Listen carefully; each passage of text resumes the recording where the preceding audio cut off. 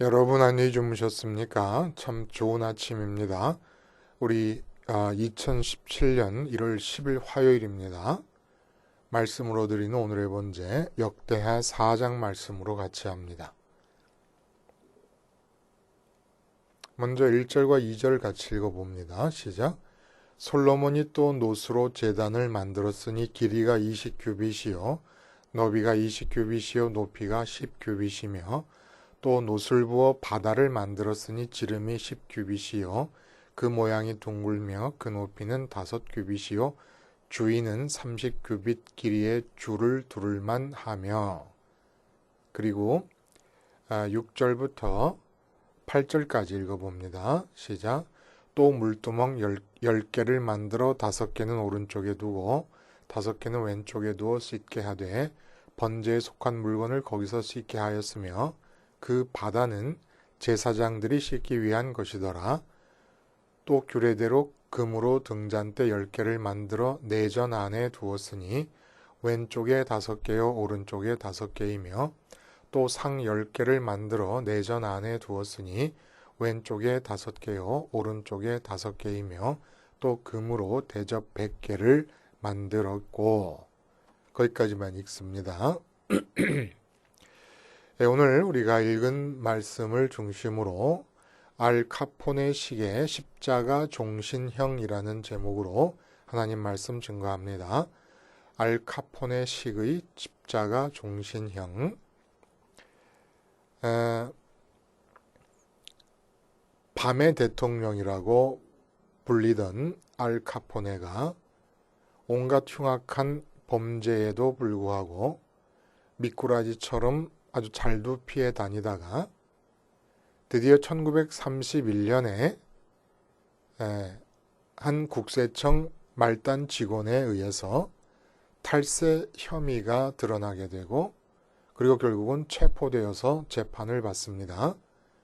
그 당시 돈으로 8만 달러 벌금형과 11년 징역형을 선고받게 됩니다. 그래서 수감된 감옥이 탈옥이 불가능하다고 아주 정평이 나 있는 유명한 그 샌프란시스코 앞바다에 있는 알카트라즈 섬에 수감이 되게 됩니다.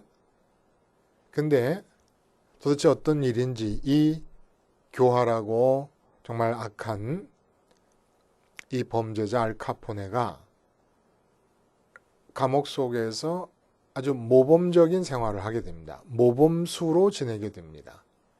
그래서 이 11령을 언도받았는데 실제로는 7년만 감옥살이를 하고 4년을 감형받고 1939년에 풀려나게 돼요. 그러니까 이제 이 알카포네의 그 다음 단계에서 이가 주력할 것이 뭐겠습니까? 당연히 밤의 대통령으로서의 재기를 노린 겁니다. 그런데 성공하지 못합니다. 왜냐하면 출소 당시 이미 폐인이 다 되어버렸다는 거예요. 그래서 시름시름 앓다가 1947년 1월 25일 날 숨졌는데 그 사망 당시에 몸의 상태가 어땠냐면은 매독과 폐렴과 뇌출혈 합병증으로 말미암아 사망이 주어졌다. 이것이 이제 기록입니다. 근데 많은 분들은 정말 이 알카포네를 망가뜨린 것은 감옥 안에서 마음이 이미 망가져 버린 데 기인한다. 알카포네가 이렇게 병이 든 것은 마음의 병으로부터 기인했다는 겁니다. 왜냐하면 감옥에 있는 동안에 7년 동안 단 하루도 빼지 않고 밤마다 알카포네가 마음의 고문을 받고 살았다는 겁니다. 도대체 무슨 말이냐?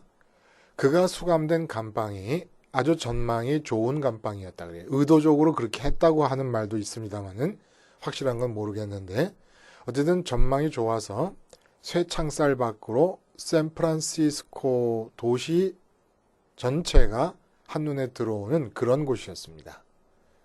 밤만 되면은 샌프란시스코의 야경이 쇠창살 밖으로 보이는데 알카포네가 누굽니까? 밤의 대통령이에요. 밤의 대통령. 알카포네가 태어나서 삶에서 인생을 통하여 경험한 모든 만족과 기쁨의 이유들이 총집결된 곳이 미국 대도시의 밤 아닙니까?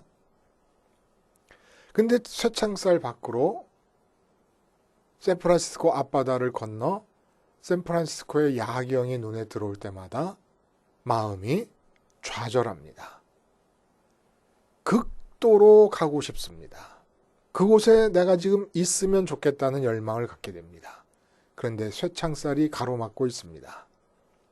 이 고문이라는 거예요. 밤마다 샌프란시스코의 야경을 봐야 된다는 것. 그 야경 속에서 활보하지 못하고 있는 자기의 이 처지, 활보할 수 없는 자기의 처지. 그 나중에는 악몽과 환청에 시달리는 등 정신병적인 증상까지도 나타냈다고 합니다. 그래서 이미 이 날마다 밤마다 샌프란시스코의 야경을 보면서 마음이 받는 이 고문스러운 고통, 고문받는 듯이 경험하게 된 이 고통으로 인해서 이미 알카포네의 사람 자체가 완전히 망가졌다는 겁니다. 십자가 복음에 대한 믿음으로 이 세상을 산다는 것은 알카포네의 처지와 똑같이 수감 생활을 한다는 것을 의미합니다. 다만 알카포네는 강제 수감된 상태라면은 믿음의 수감 생활은 자발적으로 내 마음을 감옥에 가두듯이 수감하는 것입니다. 그것도 아예 종신형 수감 생활을 언도하는 것이라는 거예요. 도대체 이렇게 설교해가지고 누가 듣겠나라는 생각이 들기도 합니다만은 그냥 전합니다. 저는 그게 사실이라고 믿기 때문에, 복음과 연관된 영적 사실이라고 믿기 때문에 십자가를 경계로 예수님이 부활하신 세상과 예수님이 공생애 때 우리와 함께 거하던 이 세상이 나누어져 버리게 됩니다. 그래서 부활의 세계, 예수님이 부활하셔서 제자들과 40일 같이 계셨지만 40일 동안 예수님과 함께 머문 이 시간은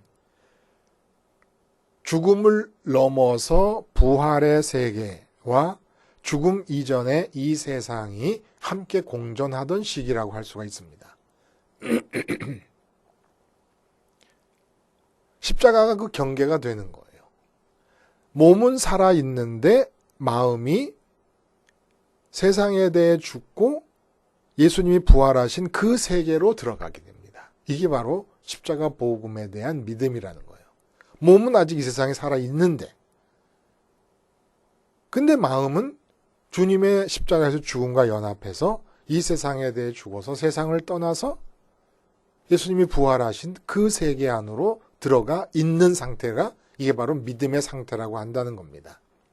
이때 십자가는 마치 부활의 세계에 들어가 있는 내 마음에 대해서 알카포네의 교도소의 쇠창살과 같은 것이라 이겁니다. 왜 그러냐? 내 몸은 이 세상에 지금 남아있으면서 몸의 눈으로, 몸의 귀로, 그리고 몸의 혀로, 촉각으로 이 세상 것들을 접촉하고 살아갑니다.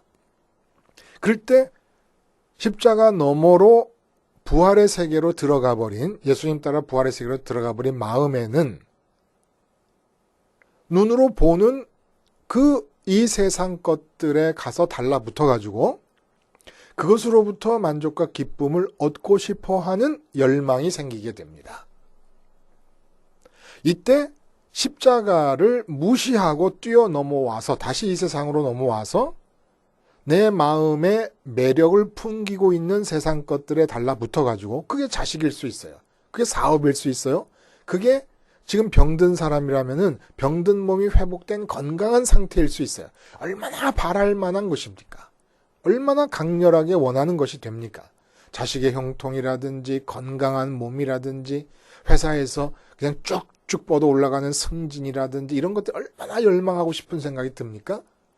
그런 것들이 다 이 세상에 남아있는데 십자가를 믿는다는 것은 주님을 따라가는 것이기 때문에 그렇게 매력적인 모든 것들을 다 놔두고 십자가에서 죽고 부활의 세계로 들어간다는 겁니다.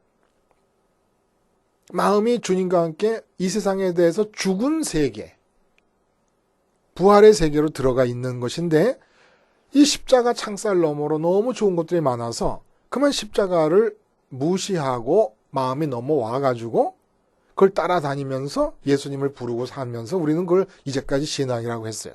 그러니까 개혁이 필요한 것이죠.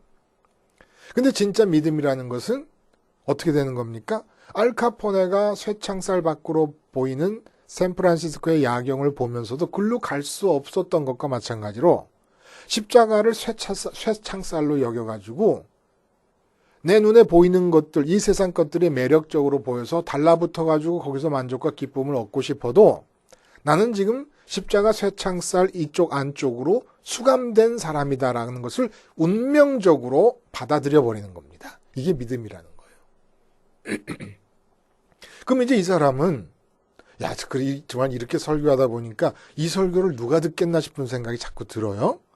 또 듣는다 해도 누가 이걸 받아들이겠나 싶은 생각도 들고, 그러나 이건 영적 사실이고 복음에 얽힌 사실입니다. 그러면 이 십자가 쇠창살 이쪽 안쪽으로 수감되어진 마음에는 만족과 기쁨이 없느냐? 그건 마치 이런 것과 같아요. 알카트라즈 감옥에 갇혀 있는 이 수감된 사람들이, 죄수들이 그 알카트라즈 감옥 안에 마당이 있고 뜰이 있습니다. 그럼 거기 나와서 운동도 하고 자기들끼리 히덕거리면서 놀고 거기서 즐거움을 찾습니다. 그리고 또 그 감옥 안에 여러 가지 기술을 가르치는 그런 시간들도 있습니다. 거기서 또 기술을 배우면서 보람을 느끼기도 합니다.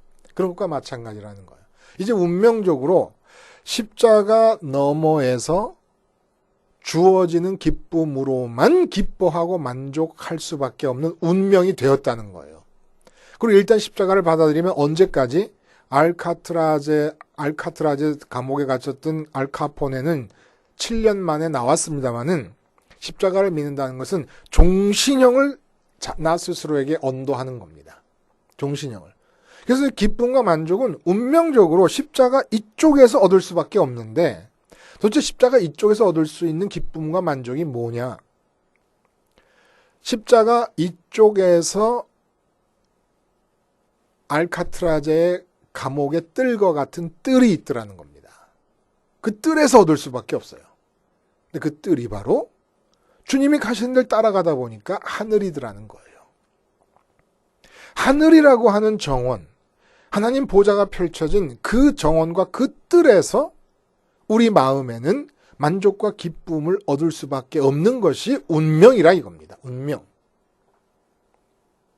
이 운명을 받아들이는 거예요. 나 스스로에게 그것을 운명 지어버리는 겁니다. 십자가 쇠창살 밖으로 보이는 샌프란시스코의 야경과 같은 이 세상으로부터는 알카포네는 못 가서 못 간 거지만 우리는 가지 않겠노라고 결단해서 나를 십자가 쇠창살 반대편에 가두어 버리는 것, 이게 믿음이고, 가두어 버린 상태에서 하늘이라고 하는, 주님이 올라가신 그 하늘이라는 것을 갇혀진 상태의 뜰로 생각해서 그곳에서 기쁨과 만족을 얻는 것을 운명처럼 여기는 것, 이게 바로 복음신앙이라는 겁니다. 이렇게 볼 때 구약 성경에서 말하는 성전에 관한 모든 얘기는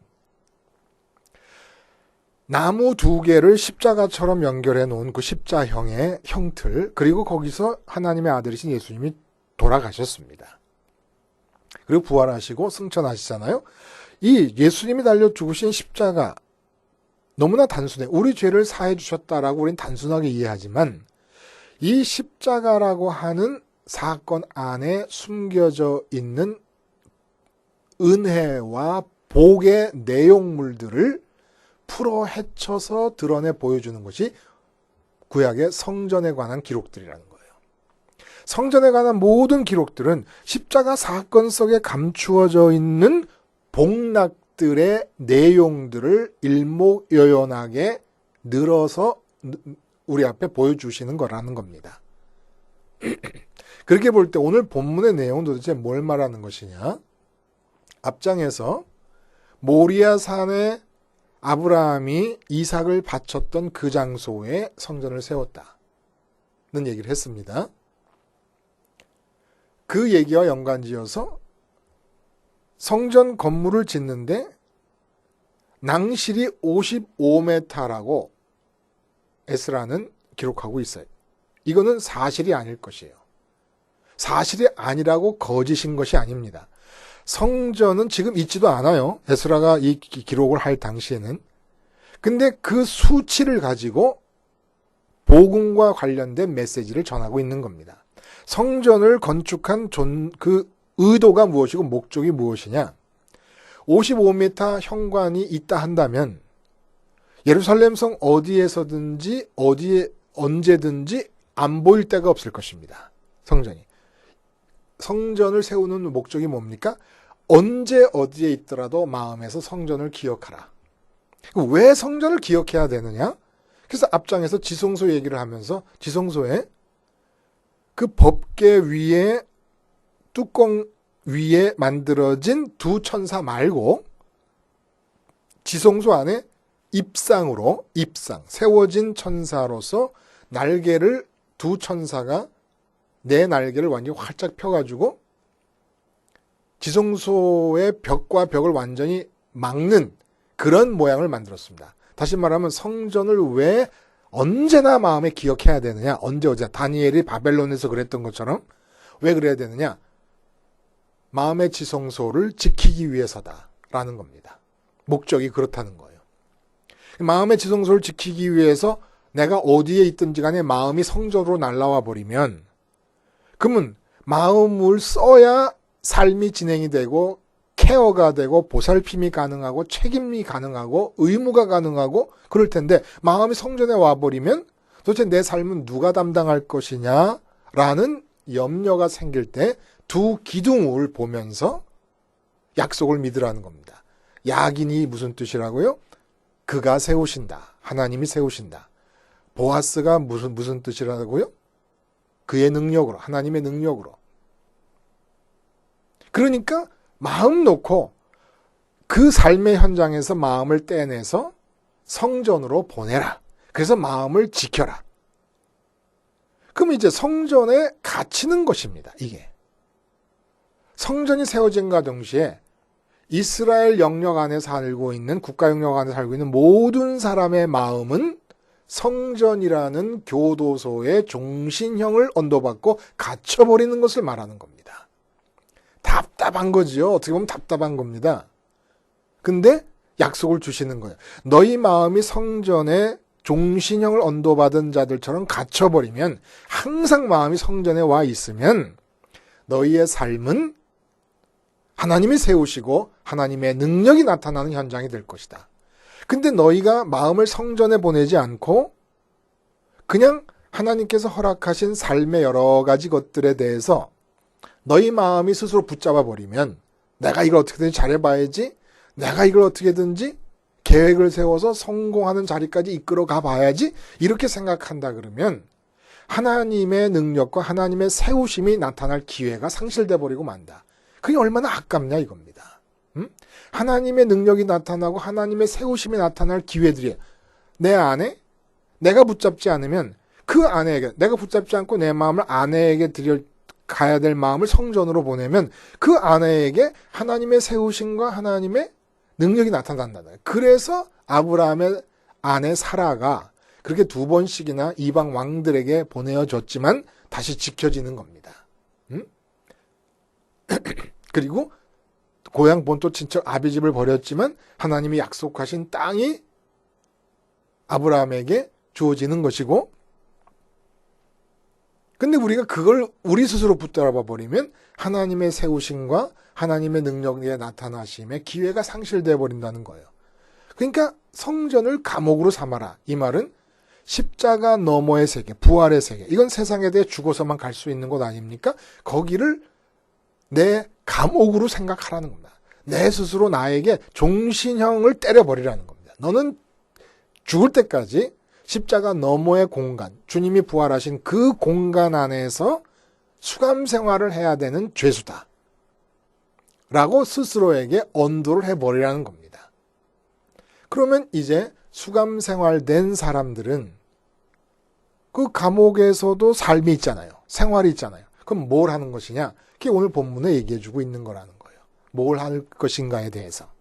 뭘 하는 겁니까? 먼저 노제단 얘기가 나옵니다. 그러니까 지금 성전의 마음이 갇혀 있다는 것은 우리로 말하면 십자가 쇠창살 안쪽에서 세상을 보는 거예요. 그러면서 살아가는 겁니다. 근데 노제단이 뜻하는 바는 뭐냐? 마음이 십자가 쇠창살 안쪽에 수감되어서 생활할 때 가장 많이 하게 되고 즐겨하게 되고 늘 해야 되는 게 노제단의 삶이라는 거예요. 노제단의 삶이라는 게 뭐죠? 알카포네가 감옥 쇠창살 밖으로 샌프란시스코 야경을 볼 때, 내가 저 야경 속에 활보하고 있다면 얼마나 좋을까라는 마음이 들잖아요. 우리 똑같은 거예요.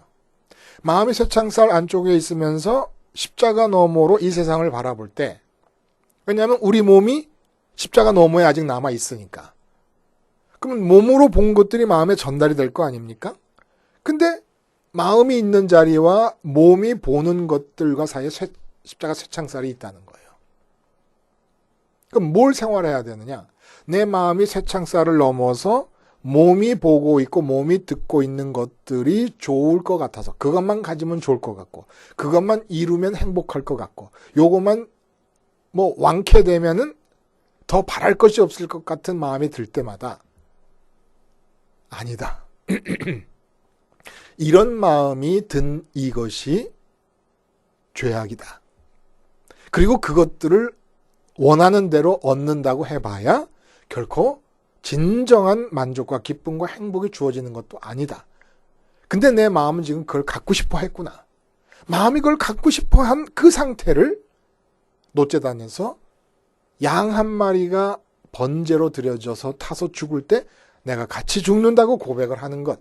이게 바로 수감 생활자들이 하는 삶의 내용이라는 겁니다. 날마다 그 십자가 쇠창살 바깥으로 몸의 눈과 몸의 귀로 몸의 입으로 접하게 되는 것들에게 마음이 끌려가 버려요. 요거 가졌으면 좋겠다. 저거 가졌으면 좋겠다. 이거 이루어졌으면 좋겠다. 그럴 때마다 아니다. 내 마음은 십자가 너머에서 기쁨을 찾는 자가 아니다. 내 마음은 십자가 이쪽에서 하늘 정원에서 기쁨을 찾아야 되는 자다. 승천하시면서 정원으로 이끌어져 갈 수 있는 길을 열어놓으셨으니까 어떻게 하든지 주님이 하나님 아버지로 영원 전부터 기뻐하시고 만족하시고 지금도 그러신 것처럼 나도 아버지로 만족하고 기뻐해야 된다. 하박국 선지자의 말처럼 이 세상 것이 없고 다 없어도 하나님으로 만족해야 된다. 이게 바로 노제단의 삶이라는 겁니다. 그러면 물두멍과 바다는 그야말로 영어로 C예요. C, S-E-A. 왜 그걸 바다라고 했냐? 하도 커서 물 담는 그릇이 하도 크니까 이 원주가 한 13.6m 정도까지 컸다고 그러니까 굉장히 큰 거죠. 그렇죠? 이 바다에 물이 있고 또 10개의 물두멍을 만들었어요. 좀 작은 물그릇들을 10개를 만들어 갖고 물두멍의 좌우편에 놨는데 그럼 이 물은 뭐 하는 거냐? 바다의 물은 노수로 만들었는데 바다라는 그릇을 여기는 제사장들이 제사를 드릴 때 이 성전에서 일을 할 때 몸을 씻는 것이고 물두멍은 번제물을 씻는 것입니다. 번제와 관계된 물건들과 이 물건들을 씻는 거예요. 근데 이제 번제물을 씻는다 그러면 양 한 마리를 번제로 드린다 그러면 그 양이 나와 동일시 되는 거 아닙니까? 그러니까 번제를 드릴 때 나를 씻는 것과 같은 의미가 있어요. 번제물을 씻는다는 거. 번제물이 나와 동일시 되니까. 그리고 그게 이제 번제단에 올라가서 죽을 거니까. 그러면 도대체 물로 씻는다는 거. 제사장도 물로 씻고 또 나도 물로 씻는데 번제물이 씻기면서 내가 씻겨지는 것과 같은 것으로 인정을 하는 건데 물로 씻는다는 것의 의미가 도대체 뭘까요? 또 다른 종류의 죽음을 말하는 겁니다. 노제단의 죽음은 아까 말씀드린 대로 만족과 기쁨을 위하여 하나님 이외의 다른 대상을 채택하는 그 마음을 죽이는 거예요. 이게 영적 간음이기 때문에 하나님 말고 다른 것으로 기뻐하는 것이 간음이기 때문에 이건 죽는 거예요. 근데 물로 씻어서 죽는다는 것을 뜻하는 말은 도대체 뭐냐? 나라고 하는 자의식은 그릇과도 같아요. 그릇. 그 자의식, 나라고 하는 자의식의 그릇에는 내용물이 여러 가지가 담겨 있습니다. 예를 들어 저를 보면 집에서부터 출발해 보면 저희 아버지는 돌아가셨는데 생존해 계신 어머니의 아들입니다. 그리고 제 아내의 남편입니다. 벌써 아들이다 남편이다라는 내용이 들어가 있잖아요. 나라는 자의식의 그릇 안에. 그리고 아이가 있으니까 아빠입니다. 그리고 교인들이 있으면 목사입니다. 또 사회적으로 설교를 하고 있으니까 설교자입니다. 전도자입니다. 이렇게 여러 가지 자아의식, 또 나의 동료들과 친구들이 있으면 저도 친구라고 규정이 또 됩니다. 이렇게 여러 가지 자아의식의 그릇 안에 들어와 있는데 물로 씻는다는 것은 이 자아의식의 모든 이 세상에서 갖게 되는 자아의식의 내용들을 다 비워버린다는 것을 뜻합니다. 싹 씻어서. 왜 비우느냐? 하나님을 유일한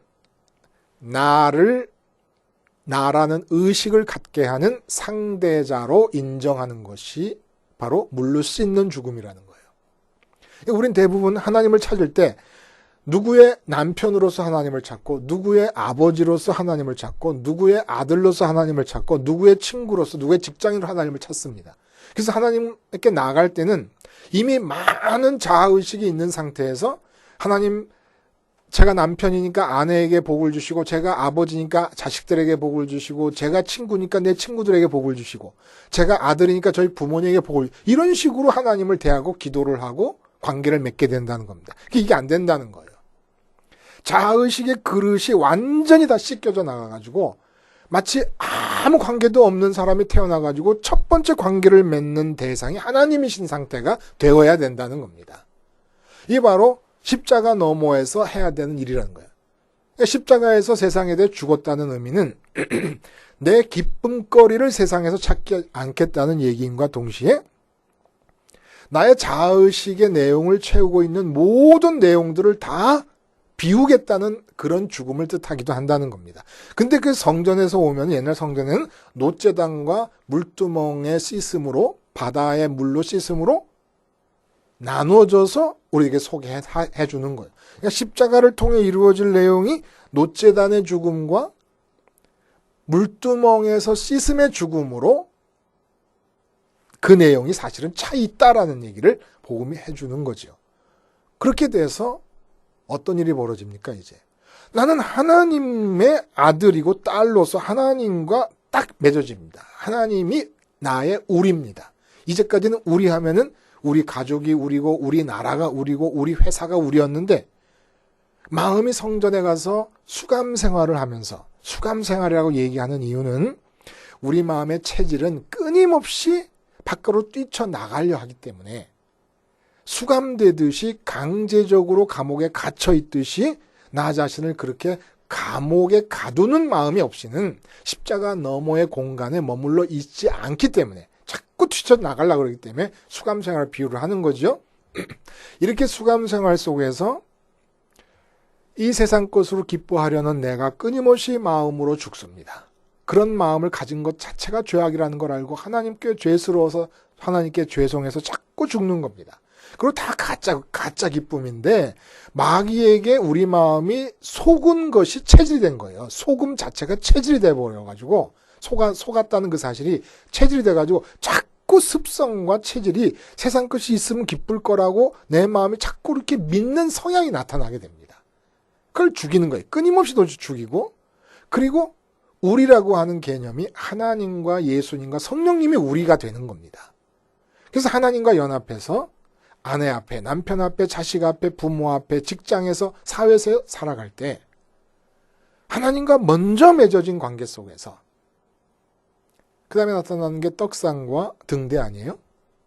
하나님으로 배부른 것이고 등대라는 것은 이제 이 세상에서 내 몸이 있으니까 살아야 되는데 그 삶에서 하나님의 세우심과 하나님의 능력이 나타난다는 얘기를 등대로 해주는 겁니다. 등대가 뭐예요? 밝음인데 내가 이 세상에 대해서 죽었고 마음이 떠나 있으니까 하나님의 마음이 내려오면서 하나님의 판단과 하나님의 계획이 이루어지니까 그가 세우시는 거고 그의 능력이 나타나는 거죠. 그래서 우리가 읽은 부분에 그 떡상과 등대 얘기가 나오는 겁니다. 결론이 뭐예요? 알카포네가 알카트라즈 감옥에 갇혀 있었던 것처럼 십자가 쇠창살 안쪽으로 수감 생활을 하자라는 겁니다. 그 수감 생활을 할 때 몸이 아직도 세상 바깥에 있으니까 그 몸으로 접하는 샌프란시스코 야경과 같이 매력적인 이 세상 것들을 만날 때마다 노제단에서 죽고 이 세상에서 몸 때문에 주어져 있는 자의식의 내용물들을 물두멍에서 끊임없이 씻어가면서 오직 마음과 뜻과 힘을 다한 하나님 사랑에 매진하는 동안 육체가 있는 이 세상의 삶은 그가 세우실 것이고 그의 능력이 나타나게 될 것입니다. 기도하시겠습니다. 하나님 아버지, 알카포네의 감옥 생활이 우리에게 그대로 오버랩 되어서 자발적인 수감자로서 십자가 쇠창살 너머로 이 세상의 야경을 보며 살아가는 자들이 되게 하여 주시옵소서. 예수님의 이름으로 기도하옵나이다. 아멘.